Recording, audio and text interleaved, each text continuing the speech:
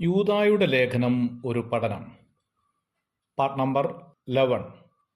തങ്ങളുടെ വാഴ്ച കാത്തുകൊള്ളാതെ സ്വന്തം വാസസ്ഥലം വിട്ടുപോയ ദൂതന്മാരെ മഹാദിവസത്തിന്റെ വിധിക്കായി എന്നേക്കുമുള്ള ചങ്ങലയിട്ട് അന്ധകാരത്തിൻ കീഴിൽ സൂക്ഷിച്ചിരിക്കുന്നു എന്നാണ് 6-ാം വാക്യത്തിൽ രേഖപ്പെടുത്തിയിരിക്കുന്നത്.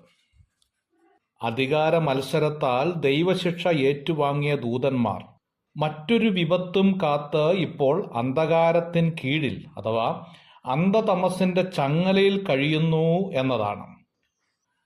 ഈ വാക്ക് സാക്ഷാൽ നരകത്തെ അല്ല ഉദ്ദേശിക്കുന്നതെങ്കിലും നരകത്തിന്റെ മറ്റൊരു ഭാഗത്തെയാണ് ഈ ഭാഗം പഠിക്കുമ്പോൾ മനസ്സിലാക്കാൻ സാധിക്കും. മഹാദിവസത്തിന്റെ വിധി വരെ എന്ന് കാണുന്നതിനാൽ നിത്യനരകത്തിലേക്കുള്ള ദണ്ഡന വിധി ദിനം വരെ എന്ന് മനസ്സിലാക്കാം. വെളിപ്പാട് പുസ്തകം 20-ാം അധ്യായത്തിന്റെ 11 മുതൽ 15 വരെയുള്ള വേദഭാഗം ഈ കാര്യത്തെയാണ് വെളിപ്പെടുത്തുന്നത്. പുറത്തു പോകുവാൻ അനുവാദമില്ലാതെ അടച്ചിട്ടിരിക്കുന്ന അന്ധകാരപൂർണമായ ഒരു ജയിൽ മുറിയാണ് എന്ന് വേണമെങ്കിൽ പറയാം. ആസന്നഭാവിയിൽ നടക്കുവാനുള്ള അതിപ്രധാനമായ 3 ന്യായവിധിയെക്കുറിച്ച് തിരുവെഴുത്ത് വെളിപ്പെടുത്തുന്നുണ്ട്. 2 കൊരിന്ത്യർ 5-ാം അധ്യായത്തിന്റെ 10-ാം വാക്യത്തിൽ ക്രിസ്തുവിന്റെ ന്യായാസനത്തെക്കുറിച്ച് വെളിപ്പെടുത്തുന്നുണ്ട്. മത്തായിയുടെ സുവിശേഷം 25-ാം അധ്യായത്തിന്റെ 31-ാം വാക്യത്തിൽ തേജസ്സിന്റെ സിംഹാസനത്തെക്കുറിച്ച് വെളിപ്പെടുത്തുന്നുണ്ട്.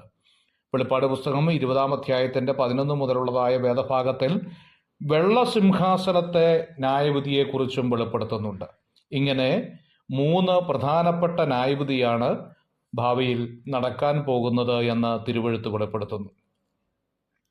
വീണുപോയ ദൂതന്മാരെ പല നിലയിൽ ദൈവം ആക്കി വെച്ചിരിക്കുന്നതായി തിരുവെഴുത്ത് രേഖയാക്കുന്നുണ്ട്.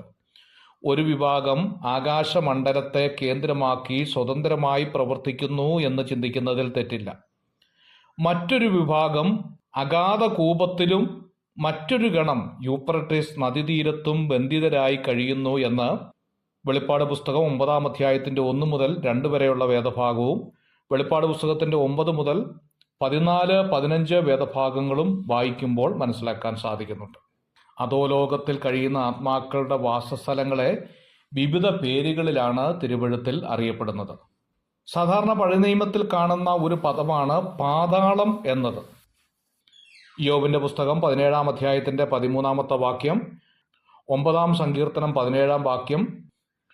എബ്രായ ഭാഷയിൽ പാതാളത്തെ ഷിയോൾ എന്നും ഗ്രീക്കിൽ ഹെഡീസ് എന്നുമാണ് വിളിച്ചിരിക്കുന്നത്. അധോലോകത്തെ ഒറ്റ വാക്കിൽ പറഞ്ഞിരിക്കുന്ന പദമാണ് പാതാളം എന്ന് ചിന്തിക്കുന്നതിൽ തെറ്റില്ല. തിരുവെഴുത്തിൽ പാതാളത്തിന്റെ 6 ഭാഗങ്ങളെക്കുറിച്ച് പരാമർശിക്കുന്നതായി കാണുന്നുണ്ട്. വേദശാസ്ത്രം മനുഷ്യന്റെ ആത്മാവിനെ നീതിമാന്റെ ആത്മാവെന്നും ദുഷ്ടന്റെ ആത്മാവെന്നും 2ആയി വേർതിരിച്ചിട്ടുണ്ട്. യോഹന്നാന്റെ സുവിശേഷം 5-ാം അധ്യായത്തിന്റെ 29-ാമത്തെ വാക്യം. ഇതിൽ നീതിമാന്മാരുടെ ആത്മാക്കൾ വിശ്രമിക്കുന്ന സ്ഥലത്തെ യഹൂദന്മാർ അബ്രഹാമിന്റെ മടി എന്നായിരുന്നു വിളിച്ചു പോന്നിരുന്നത്. എന്നാൽ ദുഷ്ടന്മാരുടെ ആത്മാക്കൾ യാതന അനുഭവിക്കുന്ന ഒരിടത്തേക്ക് കടന്നു പോകുന്നു എന്ന് തിരുവെഴുത്ത് വ്യക്തമാക്കുന്നുണ്ട്. ലൂക്കോസിന്റെ സുവിശേഷം 16-ാം അധ്യായത്തിന്റെ 23 മുതലുള്ളതായ വേദഭാഗം. ഒന്നാമത് മുകളിലത്തെ പാതാളം എന്നുള്ളതാണ്. മുകളിലത്തെ പാതാളം എന്ന് പറഞ്ഞാൽ പറുദീസ എന്നാണ് അർത്ഥമാക്കുന്നത്. ആദാം മുതൽ ക്രിസ്തു വരെയുള്ള നീതിമാന്മാരായ പഴയ നിയമഭക്തന്മാരുടെ ആത്മാക്കൾ ഇവിടെ വിശ്രമിച്ചു എന്ന് മനസ്സിലാക്കാം. ഉൽപ്പത്തി പുസ്തകം 25-ാം അധ്യായത്തിന്റെ 8, 35-ാം അധ്യായം 29-ാം വാക്യം, ലൂക്കോസ് 16-25 ഈ ഭാഗങ്ങൾ ഇതിനോട് ബന്ധത്ത് ചിന്തിക്കുന്നതിൽ തെറ്റില്ല. രണ്ടാമതാണ് അധമ പാതാളം എന്നുള്ളത്. സങ്കീർത്തനം 86-ന്റെ 13 നാം അത് കാണുന്നുണ്ട്. ബുദ്ധിമാന്റെ ജീവിതയാത്ര മേലോട്ടാകുന്നു, കീഴെയുള്ള പാതാളത്തെയോ അവൻ ഒഴിഞ്ഞു പോകുന്നു എന്ന് കാണുന്നു. സദൃശവാക്യം 15-ാം അധ്യായത്തിന്റെ 24-ാം വാക്യത്തിൽ ദുഷ്ടന്മാരുടെ മേൽ അവൻ കണികളെ വർദ്ധിപ്പിക്കും, തീയും ഗന്ധകവും ഉഷ്ണക്കാറ്റും അവരുടെ പാനപാത്രത്തിലെ ഓഹരി എന്ന് കാണുന്നുണ്ട്. സങ്കീർത്തനം 11-ാം അധ്യായത്തിന്റെ 6-ാം വാക്യത്തിൽ ഇതിന് യാതനാസ്ഥലം എന്ന് വിളിച്ചു വരുന്നുണ്ട്. കായീൻ തുടങ്ങിയുള്ള സകല ദുഷ്ടന്മാരുടെയും ആത്മാക്കളും ഇവിടെ ഉണ്ട് എന്നതാണ് ന്യായം. കർത്താവ് പറഞ്ഞ ഉപമയിലെ ധനവാനും മരണാന്തരം ഈ സ്ഥലത്തേക്കാണ് പോയത് എന്ന് മനസ്സിലാക്കാം. ലൂക്കോസിന്റെ സുവിശേഷം 16-ാം അധ്യായത്തിന്റെ 3 മുതലുള്ള വേദഭാഗം.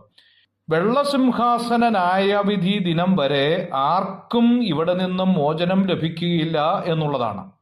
ഒരുവൻ പാപിയായി മരിച്ച ശേഷം കുർബാനയും വഴിപാടും ശേഷക്രിയകളും നടത്തി അവനെ രക്ഷിക്കാമെന്ന് ആരെങ്കിലും ചിന്തിക്കുന്നുണ്ടെങ്കിൽ അതൊരു മിഥ്യാധാരണ മാത്രമാണ് എന്ന് ഈ ഭാഗം പഠിക്കുമ്പോൾ നമുക്ക് മനസ്സിലാക്കാൻ സാധിക്കും.